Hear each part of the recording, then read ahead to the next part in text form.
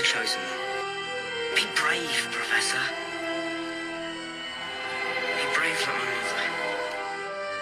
How do you feel? Excellent. Really excellent. Hey everyone, welcome to Hogwarts, a podcast. Hey everyone, welcome to another episode of Hogwarts, a podcast. We are covering Chapter 2 of Half-Blood Prince, Spinner's End. Mollie is back with us. Hello, everyone. And we get another dialogue-heavy chapter to start off this book. We get some interactions between Bellatrix Narcissa and Severus Snape. And Wormtail's there too, so... He's chilling. He's chilling. It's an interesting set of conversations that really take place in this chapter. We start out with Bellatrix and Narcissa apparating into this really dirty, dilapidated, old, it seems like a factory kind of town. Yeah. With like a dirty river, kind of smells a little bit. Well, Spinner's End, if you look it up on Wiki, is actually like it was a textile town. Really? So it was a factory. A big factory? Town. Yeah. So they one of them one of them comments that this is where he lives, in this muggle, I think the word was dung heap or something like that. I don't know. Not a very kind word to use for this for this area. Yeah, dunghill. Dunghill. Okay. Yeah. I was all around that word. Yeah. Yeah, not a pleasant word to use for this area. Just right off the bat, I gotta say, that poor fox. I know. That poor fox. If it just lied in the grass, it would have been fine. I know. I feel bad. So bad for that poor guy. We learn which is which, so I'll just go out there. Bellatrix kills this fox. Yeah. And then goes over to it and kind of like nudges it with her foot to make sure it's not like an aura that like transfigured itself or was an animagus, one of the two. But yeah, we do get an interesting quote from her, though, where Bellatrix believes that the Dark Lord is mistaken. And then she, like, pauses and, like, is waiting to get struck down by just uttering that out loud. It doesn't. And she's like, okay, I can, like, breathe again. Okay, we're good. Yeah. Can't believe I just said that out loud, but okay. Mm-hmm. But we realize that they are coming to Severus Snape's home. And... there's two things with Snape's home. One, it has an air of feeling like it's been neglected for a long time. And that could either be because he doesn't really want to keep up the house, or because he's living at Hogwarts for the vast majority of the year and it just goes unkept. I'm sure it's a little bit of both, but for sure I think he's kind of in the same camp as like Boldy and Harry, where Hogwarts is kind of his home. Yeah. So, yeah. Because in the last book, you get a little bit Harry dipping into the pensieve. Mm-hmm. It doesn't look like Snape had the best of upbringings. And if this is his childhood home, he probably doesn't really... You know, that's very true. He probably doesn't have fond memories of his childhood home, if this is indeed it, which I would presume it is. I think so. So he probably doesn't have fond memories here. And clearly he doesn't have fond memories at Hogwarts either. So he really didn't have a comfortable childhood anywhere he was. True. So do I feel a little sorry for Snape? I kind of do. Yeah. Honestly. I do. However, that being said, his house is decorated with lots of books. Oh, yeah. Lots of books. And I will say this too. It's actually got a kind of a cool house because there's a lot of like secret doors. And I'm a sucker for like a secret bookshelf door. And you seem to have multiples of them. Because I enter like one room, and it seems to be just like one room. Yeah, like just filled with books. Yeah. Do you know what this actually is? It's an escape room. It's a Harry Potter escape room. Ooh. Someone should make a Severus Snape Spinner's End escape room. 100%. And you have to... Here, I got the whole idea. I got the whole idea, Mollie, and I'm just coming up with this right now. This is not planned. So what you got to do is... You're a member of the Order of the Phoenix, and you have to root out Voldy's spy, and you get into this house, but you have 60 minutes to escape before Severus Snape returns. Dun, dun, dun. Yeah. And you start out in the one room, which is just surrounded by bookcases, and you have to figure out clues, and then you have to push a bookcase open and go to the next room. Ooh. And there's at least 2 secret doors, hidden doors here that we know. So that could be 3 rooms that you have to explore. That sounds pretty solid. I think we need to book that. I think that has to happen. Yes. I love it. Yep. Okay. We can work out the details later. Yep. I'm down. We do find out Wormtail is also staying at this residence. Oh. And Snape is just so unbelievably condescending to Wormtail. He sends him to get drinks, and then Wormtail, good for him, actually like says, "I'm sorry, I'm not here to be your butler." Yeah. Like and then Snape is like, "I'm sorry, I thought the Dark Lord sent you to assist me." He's like, "Assist you, not get drinks for you." So like, good for Wormtail for being like a little Right. backing himself up a little bit, and especially in the presence of Narcissa and Bellatrix, both here. Absolutely. And the Dark Lord, or Snape is like, "Well, I could go to the Dark Lord if you're unhappy with your usage, and we can have that conversation." And then Wormtail's like, "I'm sorry, I could contact him myself. Thank you very much." Right. I don't need your help. Yeah. And I'm Yeah. like, "Oh, okay, Wormtail, you got a little know. bit of a spine here, because there's Yeah. 3 prominent people in the room, and you're like, whatever, I'm here too. Deal with it." Right.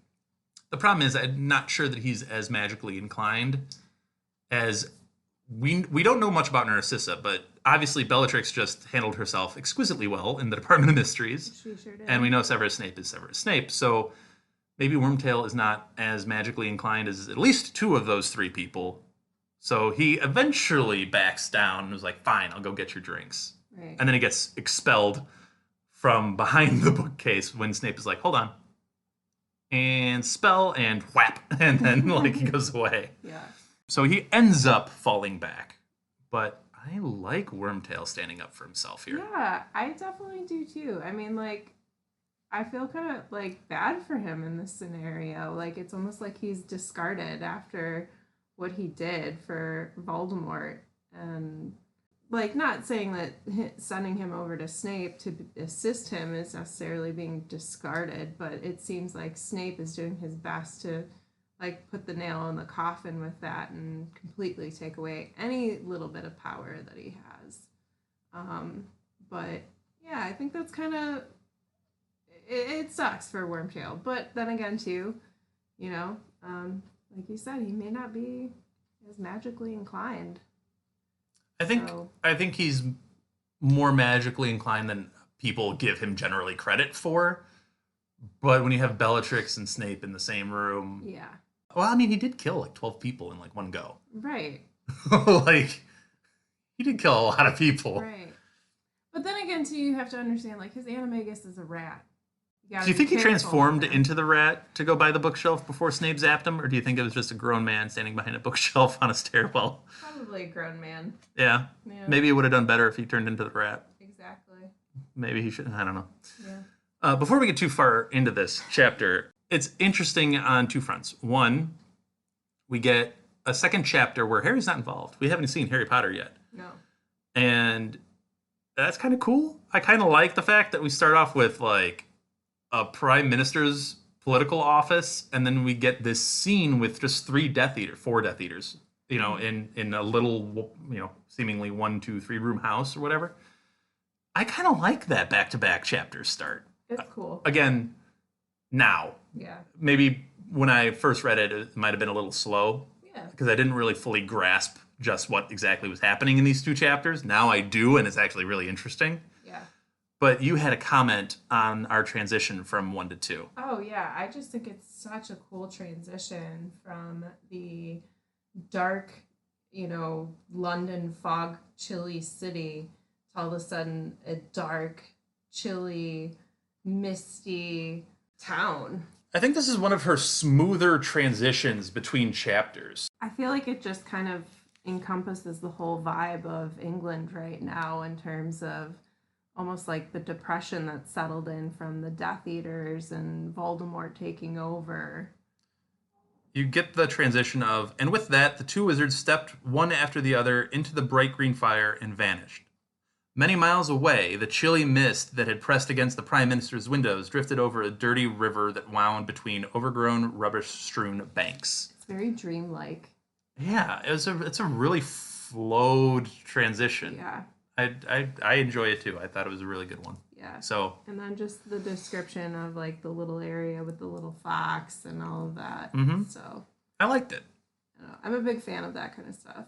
We get an interesting discussion between Narcissa, Bellatrix, and Severus. And we learn two things. We learn Narcissa needs some help in a desperate, desperate way. Yeah. We also learn that Bellatrix does not trust Snape. Not at all. I like how he agrees with the whole, like, wait, if he forbids you to say this, you shouldn't say it. And Bellatrix is like, yes, I told you. Mm-hmm. And then Snape is like, well, it so happens I'm also in on this conversation. Like, I know what's going on, which Right. Bellatrix doesn't really love. Yeah. But then as Narcissa's getting ready to, like, explain everything, Bellatrix keeps interrupting, and Snape is like, let Bellatrix say what she's got to say. Yeah. Otherwise, we're never going to get through this. And I will go over her rapid-fire questions. She says she literally has 100 questions, and it's not 100, but it's a lot. She goes, where were you when the Dark Lord fell? Why did you never make any attempt to find him when he vanished? What have you been doing all these years that you've lived in Dumbledore's pocket? Why did you stop the Dark Lord from procuring the Sorcerer's Stone? Why did you not return at once when the Dark Lord was reborn? There's still more. Where were you a few weeks ago when we battled to retrieve the prophecy for the Dark Lord? And why, Snape, is Harry Potter still alive when you've had him at your mercy for 5 years? I think some of these questions are legitimate, and some of Oh, them sure. you're just like, come on, read the room, Bellatrix. Like, figure it out. I like how Snape's first thing is like, oh, I'm going to answer you. Oh, I will answer you. Yeah. But he's also like, do you think that the Dark Lord hasn't asked me every single one of those questions? Yeah. And if I didn't give satisfactory answers, do you think I'd be sitting across from you right now? Mm-hmm.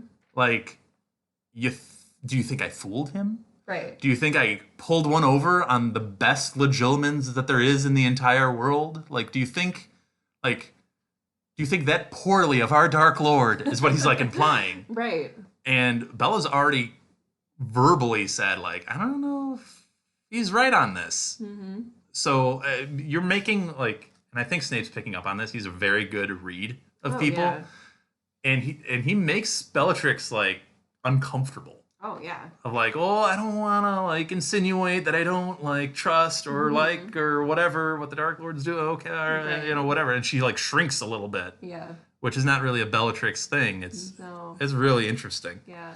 Snape starts with that, like, little retort to Bellatrix, and which is great. And I love the sass behind it. It's a very sassy answer from Snape, which I think he enjoys when he can ever get one over on Bellatrix. I think it's always, like, a nice thing. Yeah. Also, you get a little bit of these. They all, like, know each other. They all, like, grew up. They're all roughly the same age, so they all have, like, a comfortability with them where they can like get away with some sass. I think Snape gives credit to Bellatrix for being a good witch, but I still think right now Snape believes he is the smartest person in that room. Oh, I'm sure he does. Yeah. You know? I think he doesn't ever underestimate that Bellatrix can kill him and anyone else at any given point in time. Right. But I agree with you. I think as far as just brains go, Yeah. I think he believes he's the smartest one in the room. Right. Most times. Yeah. Unless he's in a room with Voldy or Dumbledore, he's probably betting that he's the smartest man in the room Yeah. at any point in time. He does get into answer some of these questions, which I think are great answers. So I'll give you some of the answers. He goes, you ask where I was when the Dark Lord fell. I was where he had ordered me to be, at Hogwarts School of Witchcraft and Wizardry, because he wished me to spy upon Albus Dumbledore. You know, I presume it was on the Dark Lord's orders that I took up the post to begin with. Mm-hmm. Like, okay. Right. There you go. You ask why I did not, and then he goes right into the second one. You ask why I did not attempt to find him when he vanished. Well, we get some new names here too, which is great. Mm-hmm. For the same reason that Avery, Yaxley, the Carrows, Greyback, Lucius, and many others did not attempt to find him. I believed him finished. Mm-hmm. Which so many things with that quote. I think, one, it's cool that we get Yaxley, the Carrows, and Greyback. All new names that we haven't gotten yet. So that's interesting. Avery was the Death Eater that was tortured for giving false information about the Department of Mysteries. Right. So there's that. And Lucius is Lucius Malfoy, obviously. But I believed him finished. Can you imagine looking Voldy in the eye and being like, I thought you were done? I thought you were gone. And I think it's one of those things where it's like, yeah, I mean, it's a risky answer, but it's the honest one. Yeah. Like, you know what I mean? Right. So is it like, oh, I'm sorry, you didn't believe that I could come back? Like, Voldy could be mad at that answer. He could be. But at the same time, it's like, well, at least you were honest with me. I feel like you were honest with me there. So Right. I'd rather you be honest than Yeah. try to lie your way out of it like Avery probably did. Exactly. And I would assume that he would respect honesty over anything else. He does take this time to needle Bellatrix a little bit about, like, I'm sorry, I was at least useful to the Dark Lord in that time. Sitting in Azkaban didn't exactly do him any good, but when I came back, I gave him a bunch of info on what Dumbledore's been up to. Exactly. So he takes his time and takes his pleasure needling Bellatrix a little bit through this process. Yeah. Because she's like, oh, your big sacrifice for the Dark Lord was not getting the job you wanted. Yeah, right. Ooh. Oh. How she was like, he'd have me, passionately. Like, it takes more than one person, Bellatrix. It does, yes, 100%. And then she's like, well, why didn't you just leave the job? You could have just left and been away from Dumbledore. Why'd you have to stay next to Dumbledore? Because this is where he told me to be. Well, and I liked his dumb answer of like, because I had a job. I had a stable job. Right. Like, that it was comfortable. Right. Like, why wouldn't I stay there? It's a heck of a lot better than being in a prison cell. Like, I kind of enjoyed this. Exactly. Like, McNair worked for the Ministry of Magic. Why aren't you, like, yelling at him for that? Lucius got to collage. Lucius got to collage. Exactly. Yell at Lucius for doing arts and crafts. Lucius was the subject of some back and forth in this chapter, too. Oh, for sure. Because Narcissa didn't want to hear anything about Lucius. No. And her and Bellatrix went back and forth as to who was to blame for the Ministry of Magic snafu. I don't know if there is one person to blame for all of that, but... I don't think that there is. Then he goes, why I stood between the Dark Lord and the Sorcerer's Stone. That's easily answered. I'm regretful that he couldn't confide in me that he had returned. But from everything that I knew, I just saw some mediocre wizard trying to gain power that he didn't deserve. So, of course, I stepped in the way of Quirrell. Mm-hmm. And I just regret that the Dark Lord didn't have faith enough in me to contact me. Right. Otherwise, he would have returned to power much earlier. Mm-hmm. I'm like, ooh, okay, Snape. You're coming up with some good answers here. Oh, for sure. These are good responses to Bellatrix. And then why didn't he return after he felt the dark mark burn? He has a really interesting answer here. He's like, because Dumbledore ordered me not to until 2 hours later. And Bellatrix is like, what? Like, she has a fit. She's like, on Dumbledore's orders, what are you talking? Like, exactly. And then Snape gets mad. He's like, think. By waiting just the 2 hours, I ensured that I could remain at Hogwarts as a spy. By allowing Dumbledore to think I was only returning to the Dark Lord's side because I was ordered to, I have been able to pass information on Dumbledore and the Order of the Phoenix ever since. It's the, don't you think I would have been able to run like Karkaroff? Instead, I gave him information, and he ends up going on to say that his information helped lead to the murder of Emmeline Vance. Mm-hmm. I think she also forgets that he is a spy, and that her job is very different than his job. She acts on chaos and murder. She's a little bit more impulsive, which goes back to what you were saying before about the impulsive, action-oriented Bellatrix versus the more reserved, introverted, thought-provoked Snape. Exactly. He's trying to play chess, and you're trying to blow up the chessboard. Exactly. So there's very different strategies in how you're trying to win this fight. So after their little bout about who's to blame for the Department of Mysteries debacle, Snape goes, "My orders were to remain behind. Perhaps you disagree with the Dark Lord." I love that shot. Yeah. "Oh, I'm sorry. You might think better than the Dark Lord, but he thought it was better that I stay behind. Yeah. So I don't blow my cover with Dumbledore and I could stay by Dumbledore." Exactly. I love that little like passive aggressive shot. Mm-hmm. Like, "Oh, you think better than him. Okay, that's fine for you, but he wanted me to do this, so I followed the Dark Lord's orders." Exactly. And then he takes another shot at her with, "I'm sorry, you speak of dangers at the Department of Mysteries. Didn't you fight teenagers? You were going against teenagers." You guys should have been able to handle that. She calls him out for not being able to give up the order's whereabouts, and he's like, "Well, I'm not the secret keeper. I'm not sure if you know how that magic works, but I can't do it. I can't actually physically do it." So he does give her a toast for killing Sirius Black, though. He's like, my compliments for how you disposed of Sirius Black. I give you full credit. Yeah. Tip of the glass. And then the bit about avoiding... Okay, this is an interesting question about not killing Harry Potter. And Snape goes, "If I had murdered Harry Potter, the Dark Lord could not have used his blood to regenerate, making him invincible." So she goes, "You claim you foresaw that?" Because none of us knew that was even a thing. Right. He's like, "No, I don't claim it, but I'm just telling you, like, that's why the Dark Lord's not mad at me for not doing it." Exactly. And then it was only Dumbledore's protection that was keeping me out of Azkaban. Do you disagree that murdering his favorite student might have turned him against me? He's really sassy here. Oh, yeah. But there is an interesting thing that he pulls out here in his answer that I kind of want to get your 2 cents on. Okay. He says that, "Honestly, I was curious, just as anybody else.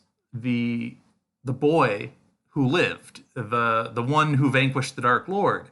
And then he mentions that some Death Eaters, not all Death Eaters, but there were some Death Eaters floating thoughts about, well, maybe Harry himself is a prominent dark wizard in the making, and maybe someday will be a rallying point for us to gather around. What? Yeah. No, Like- it's funny you bring that up because when I was reading this chapter getting ready for this, I caught that for the first time too. Yeah. I was like, oh, that's an interesting point to make. Because if Voldy was taken down by Harry, that could be a possibility that Harry could have had powers beyond what Yeah. they even thought could be possible. I just, like, could you imagine at some point Snape and Bellatrix and, like, other Death Eaters like Dolohov and McNair, and Yeah. like, granted they'd be much older at that point, but like Harry graduates Hogwarts, rises to power. Like if he ended up in Slytherin, for example, can you Yeah. imagine if he ended up in Slytherin? Yeah, Like the Sorting Hat almost did, right. and then he takes a different path, A completely different turn. And if he let, yeah, and if he became friends with Draco Malfoy instead of Ron and Hermione, and like the whole alternate reality of this yeah, takes place, and he gets fostered in that kind of environment, oh yeah, and that would be interesting. And then he'd still be responsible oh yeah. because of the prophecy, as him or Voldemort has to do this. So it'd still come down to a Voldemort versus Harry thing, and the winner would take over the Death Eaters? Can you imagine? That'd be crazy. That's a whole different twist. But could you imagine, like, Snape and Bellatrix being like, "Okay, Harry, lead us." Yeah, yeah, that'd be wild. That's nuts, right? Yeah, But that was a real thought that floated around the Death Eaters. This is what Snape let us in on. yeah. He's like, "Did you not hear those rumors? Those are rumors." Those were rumors. Yeah. So he was curious about Harry, and that's why he also didn't kill him. But he also says, ultimately, Harry's mediocre. He's all right. It's a lot of luck and more talented friends that propel him forward. And I think, obviously, that's an unfair comment from Snape. That's a very biased Yeah. comment from Snape, because Harry, I get, is not Voldy, Albus, Bellatrix, McGonagall level power. Mm-hmm. or maybe not the talent or wisdom of like a Flitwick or something like that. Yeah. But he's not talented. No. I mean, he's a very capable kid. Yeah, and I mean, that's the key word, too. He's still a kid. Oh, yeah. I mean, I get that, like, okay, Dumbledore was very talented when he was in Hogwarts and everything, you know. But everybody matures and grows and at their own pace. Like, I do agree that he does have help from... friends. I don't know about more talented friends, but he does get help from friends. Yeah. Hermione's smarter. So, I mean, yes, he gets help from a smarter friend there. Mm-hmm. I don't know that any of his friends are technically more talented than him necessarily. Right. I mean, he gets help from order members who are maybe more talented. Yeah. But they're adults that have been through a lot. So I don't know, Snape. I think you're being a little harsh. He does have luck on his side, and he does have help, but he's not mediocre. That's whatever. He does also give some news on Albus, that Albus seems to be shaken after the battle at the Department of Mysteries and has had an injury since that duel that has weakened him significantly. So it's like, ooh, okay, Snape, you are providing. And I think Bellatrix is like, she's just on her heels this entire time with like, oh. Like, just like, and she's just shrinking more and more and more as she realizes how important Snape is to this whole process. And she has this, I think, one moment in this conversation where Snape comes at her with like, well, don't you know this? Mm-hmm. Or hasn't the Dark Lord told you this? And Bellatrix was like, well, he and I, and then she tries to like change the subject really quick. Yeah. So him and Bellatrix seem to be a little bit on a rough patch. Yes. Of like, she's not in his good graces at this moment, and I think Snape fully is aware of it and is just shoving a knife deeper and deeper into Bellatrix with like every taunt. Yeah. So it's not just Harry he taunts. He taunts Bellatrix and other people. I'm sure he does this to other Death Eaters too. Oh yeah, I'm sure. Because he says, I'm going to tell you these answers. Maybe you can go and tell the others that talk behind my back. Right. Give them this info. So he's aware of it. Yeah. But this interdynamics between the Death Eaters is interesting because there's like an inherent level of competition, but there's a definite pecking order. Oh, for sure. Of like, you're top tier, you're second tier, you're down here somewhere in the basement, Right. And there's that like, they're trying to climb a ladder and they're trying to get one up on each other and they're trying to like outdo each other. It's an interesting dynamic. It's a very interesting dynamic. It's a textbook Slytherin ambition dynamic. Mm-hmm. And they're all just, the weird thing is they're not vying to be the top dog. They're just trying to get close to the top dog. Exactly. So it's like a weird ambition. It's like, yeah. You're not trying to be the best. You just want to be near the best. Yeah, it's a very childish, like, no, I'm the favorite. No, I'm the favorite. Exactly. Yeah. So we know that Snape knows the plan that Narcissa is forbidden to speak of. Mm-hmm. And that plan is centering around one Draco Malfoy. And we get Narcissa kind of stroking Snape's ego with the kind words like, you're the Dark Lord's favorite. You're his most trusted servant. You're the blah, blah, blah, blah, blah, blah. And she's just like building him up so he'll agree to do this. Yeah. Which I think every time Narcissa says that is like another knife in the back of Bellatrix. And she's like, oh, I want to be all those things. I thought I was. Yeah. Snape agrees to make what is known as an unbreakable vow, which you might recognize from her intro. Mm-hmm. And although in the intro, it's Bellatrix who says the words, and Narcissa just sits there participating in the ritual. But in the book, Narcissa actually says the words, while Bellatrix performs the spell, which is called she's the bonder in this spell. Yeah. So every time Narcissa says a phrase, like a fiery rope comes out of the wand, binding their hands together. Mm-hmm. It's interesting. It seems very permanent. Very, very permanent. Yeah. That seems like something you can't go back from. No. I just feel for Narcissa too in this. Like, my only son, her only kid. Like, I can see I can understand and see the desperation. Like, I think at this point she's like, well, my husband's an idiot and has gotten us into this whole thing, but I have a son and I still want to like take care of him and be there. Like, it's an endearing look into Narcissa in a way that a villain can be endearing. Well, okay, you bring up a great point. Narcissa seems hysterically concerned about her son, her only son. Mm-hmm. And yes, her husband is in prison at the moment and not in great shape and not in great standing. Yeah. Because if Bellatrix is getting this much distance from the Dark Lord, I can only imagine what Lucius must be feeling. And Narcissa seems to think that because she thinks this is punishment. Exactly. Like, Voldy's putting her family in an unwinnable situation, and he knows it. Yeah. And that's what she views, so she wants Snape to help Draco in completing the task, whatever task that may be. And you you get this difference between Narcissa, who's willing to, in their eyes, in Bellatrix and Snape's eyes, demean herself, like be lower than her standards because she comes from a prominent pureblood family. She shouldn't be on her knees groveling to anyone about anything. So they kind of view it as like, okay, like it's almost indecent what you're doing. Like, ugh, gross, you're groveling. Right. Whatever. Right.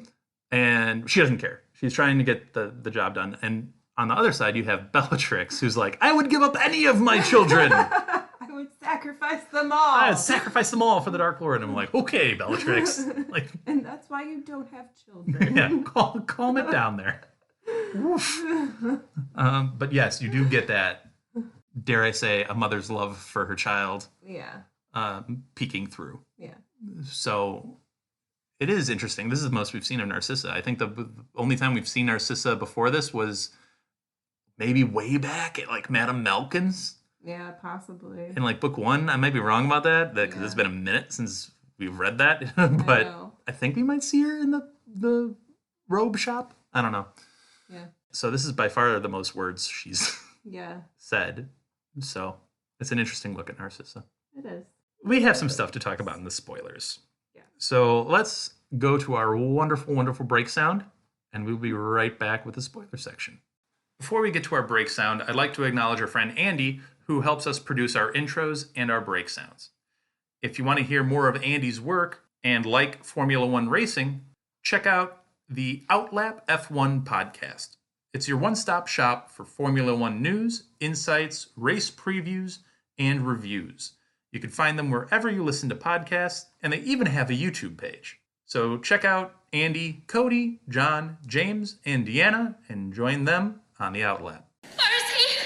Where's my 1-1? All right, so we are back with the spoiler section of Chapter 2, Spinner's End. Molly, you had some thoughts. Yeah, so going back to the questions that Bellatrix had for Snape, I saw in there, like, Voldemort is a amazing legilimens, and my the best. And I also thought, well, Snape's pretty good too. He's a pretty decent legilimens. Mm-hmm. So I was just curious in my own head, like, how did Snape navigate that with Voldemort? Like, did he take his memories out and put them in a pensive before he went and back to Voldemort? How did that all play out? I like that theory of like just taking the memory out altogether. Right. And then you don't have the memory of having a meeting with Dumbledore or whatever. Then you still have to protect against the memory of putting the memories in the pensieve. Right. I suppose. So obviously, well, and let's say Voldy is the most accomplished legilimens in the world, because he obviously was able to invade Harry's mind from a great distance. So, okay, we'll give Voldy that he's the most accomplished legilimens in the world. Dumbledore's not bad either. No.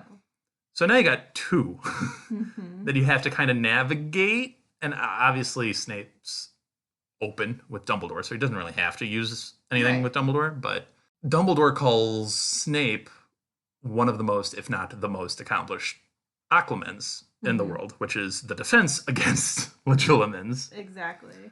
So that's why he wanted Harry to learn from Snape. Like, if you're going to learn from the best. Mhm. And if it's not me that you're learning from, it's going to be him. Right.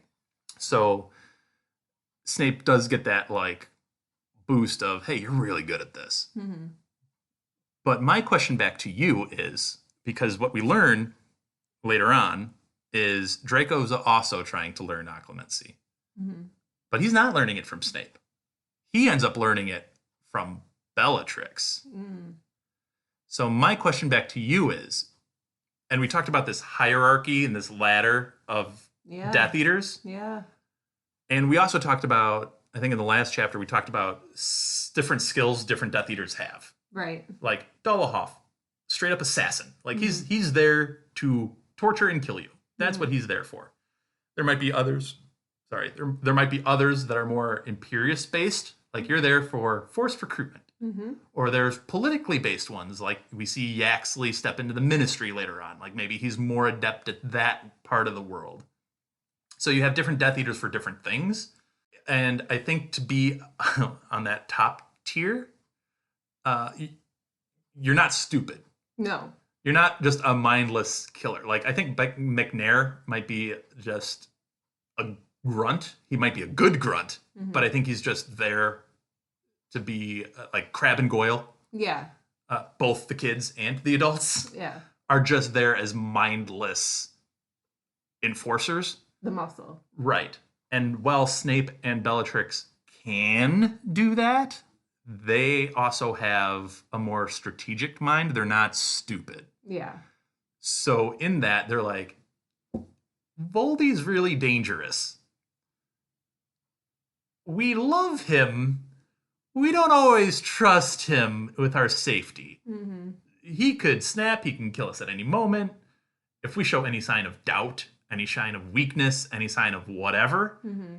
So I think to be that top level and you want to get close to the man, Yeah. you have to develop some level of hiding any doubt or insecurity Yeah. that you have. Yeah. Because I guarantee the next time Bellatrix sees Voldy, she's going to try to block out that moment of like, I think he's wrong. Right. That's a good point, Dan.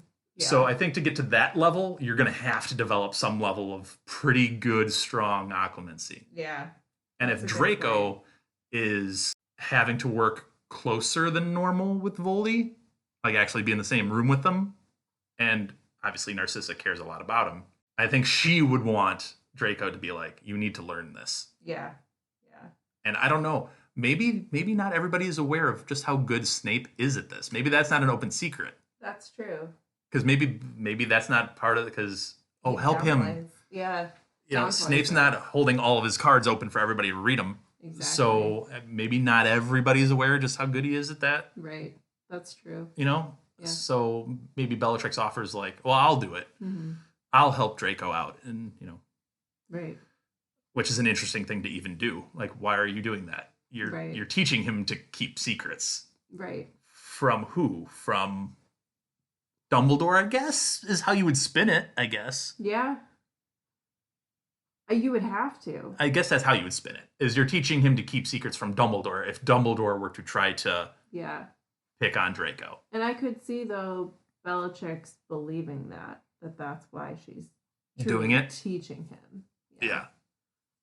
So But I guess you could also spin it as like, well, if you're being interrogated by a member of the Order of the Phoenix or an Auror, or if someone from the Ministry, you could practice occlumency against them, and it doesn't have to be against Voldy. exactly. But I guarantee you use that skill against Voldy because, 100%. or you at least try, unless you're too afraid to even try. Right. And then you just end up like Avery, just groveling. It's like, oh, you're right, I was wrong, blah, blah, blah, blah, I'm blah, so blah, blah. sorry. You know? Yeah. Yeah. Yeah. That's a good point. It's an interesting point you bring up. Yeah. And I guess he would try to put memories into a pensieve, but then you still gotta block the memory of doing that. Right. So There's many layers. there's a lot of layers. I wonder if he got coaching from Dumbledore. He must have. Yeah. But then you'd have to take that and put that in the pensive. Yes. That's also true. It's very convoluted. Like, how do we always get into conversations about memory magic? I have no idea. We got into that a long, long time ago. I And we just know. keep getting into it. I was thinking back to our discussion in the first chapter. Like, too bad Lockhart. What if he works for the Department of Misinformation. How He would be ironic good. would that be? You know what that would be? If Lockhart worked for the Office of Misinformation, like, let's say he miraculously heals from his affliction. Yeah. And he regains all of his ability and talent. Mm-hmm. And he gets a job. You know what that would remind me of? Is like, have you ever seen the movie Catch Me If You Can? Yeah. Where it's like the greatest Yeah. con man, like potentially ever, Yes. who took a ton of money. Then he ended up working for the FBI. Exactly. So maybe that would be Lockhart is training obliviators? Yeah. Can you imagine that? That'd be crazy. That's his redeeming, his redemption. Oh, that'd be really cool. It's interesting to, again, I'm going to go back on how much I love this book. I'm so sorry, but it's just so interesting to see the way that Voldy ticks. It's like watching a true crime documentary about serial killers. Kinda, yeah. Yeah. So And you I think mean, I'm a Dumbledore's a big big fan of true it. crime fan, huh? Yeah, I think so. Mm. Yeah. Maybe he creates like that wizarding profile of like, this guy's gonna be a dark wizard. Exactly. Goes through like memories of people in Azkaban or Like Mindhunter. yeah, exactly. Creates profiles of dark wizards. Yeah. If this kid had this upbringing, Exactly. he has intimate knowledge of two of the greatest dark wizards ever. Yeah. So I mean, if anyone was going to create that Mindhunter like profile, it'd be him. It would be. I don't know. It's just fascinating to see how people tick. Yeah, I think we're in store for a really interesting deep dive into Voldy, even more than especially the way we're doing these podcasts, where we really deep dive into things. I'm sure those memories that we get of Voldy will be interesting to kind of take a dive into. Yeah, I'm excited. I will say we've talked a lot about Snape, and obviously his answers to a lot of the questions that he gave Bellatrix and how well he played that. I mean, Snape is like in his element. Like, he gave honest answers, because if Bellatrix is good at Occlumens, she's probably good at Legilimens too. So she could probably figure out if he's lying.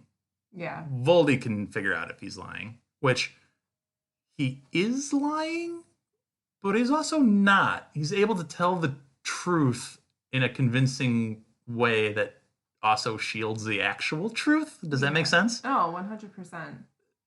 And I don't know if he got coached on that by Dumbledore, or if that's just him being a very smart individual. I'm sure it's a little bit of both. Like, I doubt Dumbledore has to coach him per se. I think that Dumbledore probably treats him, especially with Snape's history, like treats him a little bit more like we're having a discussion as equals, as opposed to like coaching him up. Yeah. Yeah. Yeah. I think also pairing Wormtail with him is an interesting choice, Yeah. because obviously they have a history. And I think it even does more to just fill his backstory in so that's believable, because he legitimately disdains Wormtail Yeah. for a lot of different reasons. And then it just secures this superior attitude that he has, where he's like, I'm just better than you. Yeah. I'm higher up than you. Right. I'm preferred more than you, even though you did bring the Dark Lord back, and I'm still preferred better than you. It's like, Yeah. Wormtail, you're nothing to me. Right.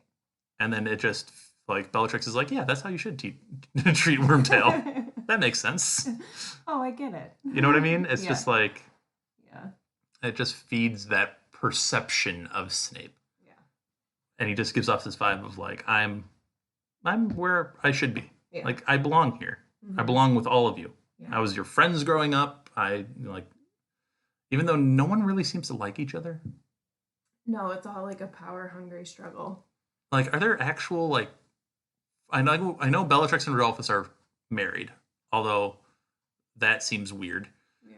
And then, like, I don't know how I would love my wife fangirling over another guy so hardcore.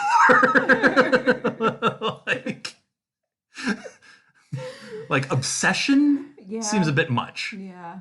Like you could be like a fan, or you could even like think he's awesome and cool and great, Yeah. but this seems obsessive. Well, I gotta wonder how unhinged he is. That's probably true.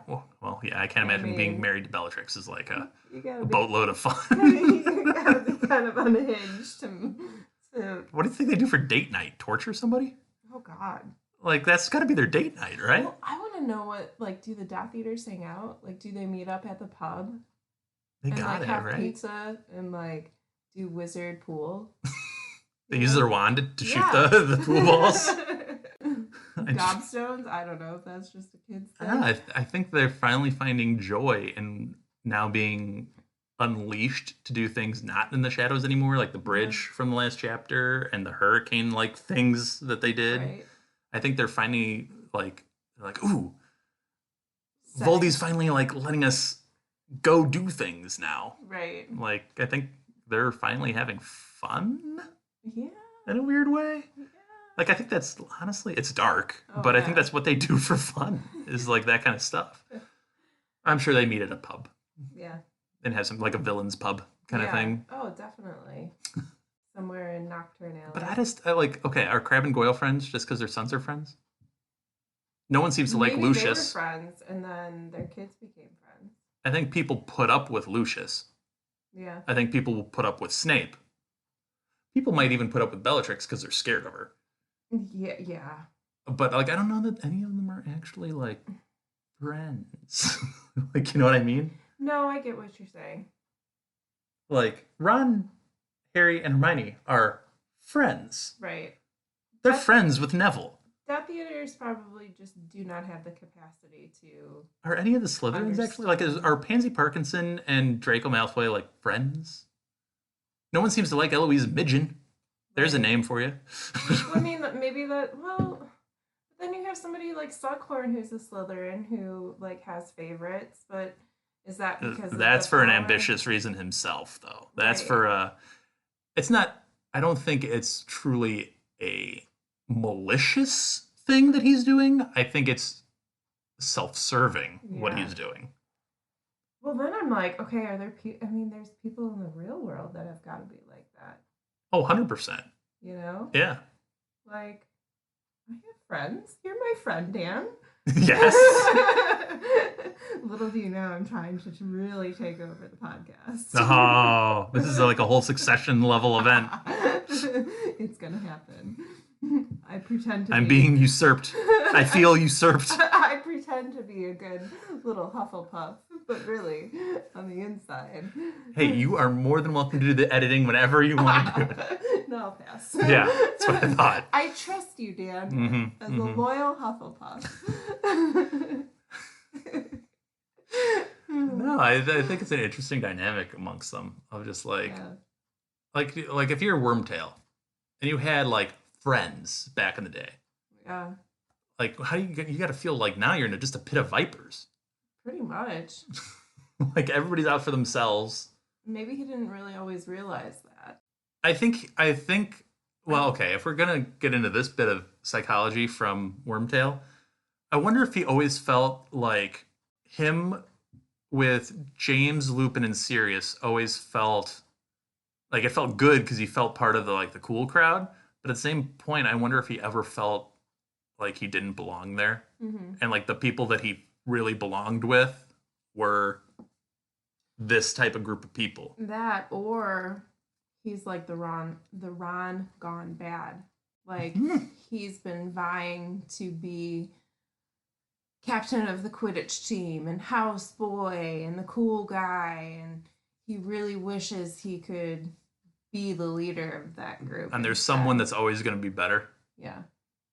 Problem is he steps into a ring of Death Eaters, and there's Yeah. always somebody that just is a little bit better, Right. or does a little bit more, Yeah. or curries a little bit more favor, is a little bit more popular. It's like Yeah. it just can never be that guy. With that, we will wrap it up for Chapter 2 of Half-Blood Prince. And we'll be back next week for Chapter 3. Let us know what you guys are thinking by commenting on all of our socials and on Spotify. Participate in the polls that we put up. If you want, you could get your voice on the podcast by clicking the voice message link wherever you're finding this podcast. You can also support financially the podcast by donating when you click the link called Support This Podcast. And that always helps us out. We put a lot of time and energy into these, so any little support is more than welcome. And other than that, we will be back next week for Chapter 3.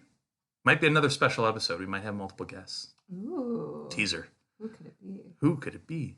It might be another person that likes this book as well. Oh. So we'll be back next week for Chapter 3. We will see you then. Thanks for listening. Bye. Thank you for listening to Hogwarts, a podcast. If you like what you've heard, please click the subscribe button on your preferred podcasting app and follow us on Twitter and Instagram at Hogwarts a Pod.